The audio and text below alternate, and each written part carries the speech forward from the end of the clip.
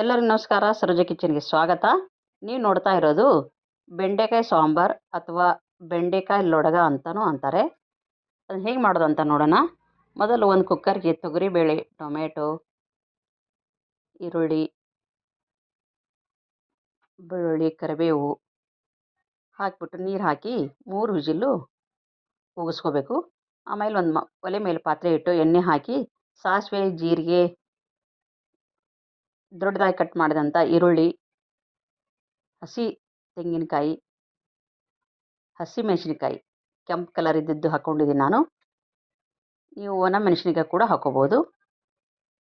ಆಮೇಲೆ ಉದ್ದಿನಬೇಳೆ, ಸ್ವಲ್ಪ ಕರಿಬೇವು ಹಾಕಿಬಿಟ್ಟು ನೀಟಾಗಿ ಕೆಂಪಾಗಿ ಹುರ್ಕೊಂಡು ತಣ್ಣಗಾದ ಮೇಲೆ ಮಿಕ್ಸಿಗೆ ಹಾಕಿ ರುಬ್ಕೊಳ್ಬೇಕು ಇದನ್ನು ಮಸಾಲೆನ.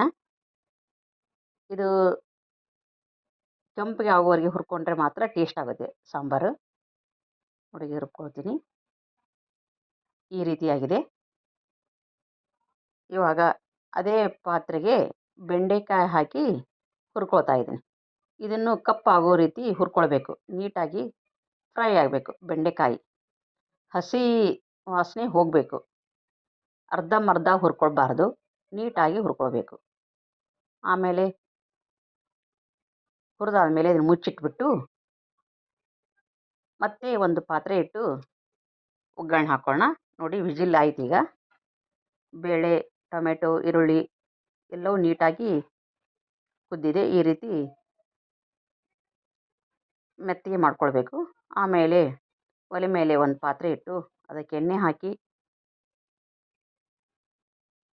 ಸಾಸಿವೆ, ಜೀರಿಗೆ, ಕರಿಬೇವು ಹಾಕಿ ನಾವು ಹುರಿದಿಟ್ಕೊಂಡಂಥ ಬೆಂಡೆಕಾಯಿನ ಹಾಕ್ಕೊಳ್ಬೇಕು.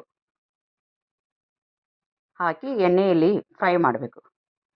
ಆಮೇಲೆ ಮೊದಲೇ ನೆನೆಸಿಟ್ಟಂಥ ಹುಣಸೆಹಣ್ಣು ಕಿವುಚ್ಕೊಂಡು ಇದಕ್ಕೆ ಸೇರಿಸ್ಕೋಬೇಕು. ಅದಕ್ಕೂ ಮುಂಚೆ ಸ್ವಲ್ಪ ಅರಿಶಿನ ಪುಡಿ ಹಾಕಿಬಿಟ್ಟು, ಕಂಪಲ್ಸರಿ ಹುಣಸೆಹಣ್ಣು ಹಾಕಲೇಬೇಕು. ನೋಡಿ ಹಾಕಿಬಿಟ್ಟು ನಂತರ ಇದಕ್ಕೇನೆ ರುಬ್ಬಿಕೊಂಡಂಥ ಮಸಾಲೆ ಹಾಕ್ಕೊಳ್ಬೇಕು. ಆಮೇಲೆ ಜಾರ್ ತೊಳೆದ ನೀರನ್ನು ಹಾಕಿಬಿಟ್ಟು ಕುದಿಸ್ಬೇಕು. ಕುದ್ದಾದಮೇಲೆ ನಾವು ಕುದಿಸಿಟ್ಕೊಂಡಂಥ ಬೇಳೆ, ಟೊಮೆಟೊ ಮಿಶ್ರಣವನ್ನು ಹಾಕಿಬಿಟ್ಟು ಮತ್ತೆ ಕುದಿಸ್ಬೇಕು. ನೋಡಿ ಇವಾಗ ರುಚಿಗೆ ತಕ್ಕಷ್ಟು ಉಪ್ಪು, ರುಚಿಗೆ ತಕ್ಕಷ್ಟು ಬೆಲ್ಲ ಹಾಕಿ ಮತ್ತೆ ಕುದಿಸ್ಬೇಕು. ಘಮ ಘಮ ಅನ್ನುವ ಬೆಂಡೆಕಾಯಿ ಸಾಂಬಾರು ರೆಡಿ ಆಯಿತು. ಮನೆಯಲ್ಲೇ ಮಾಡಿದಂಥ ಸಾಂಬಾರು ಪುಡಿಯನ್ನು ಹಾಕ್ಕೊಂಡಿದ್ದೀನಿ. ಕೊನೆಗೆ ಕೊತ್ತಂಬರಿ ಸೊಪ್ಪು ಹಾಕಿಬಿಟ್ರೆ ಮುಗೀತು. ಈ ವಿಡಿಯೋ ನಿಮ್ಗೆ ಇಷ್ಟ ಆಗಿದೆ ಅಂದ್ಕೊಂಡಿದ್ದೀನಿ. ಇಷ್ಟ ಆಗಿದ್ರೆ ಲೈಕ್ ಮಾಡಿ, ಶೇರ್ ಮಾಡಿ, ಪ್ಲೀಸ್ ಸಬ್ಸ್ಕ್ರೈಬ್ ಮಾಡಿ. Thank you.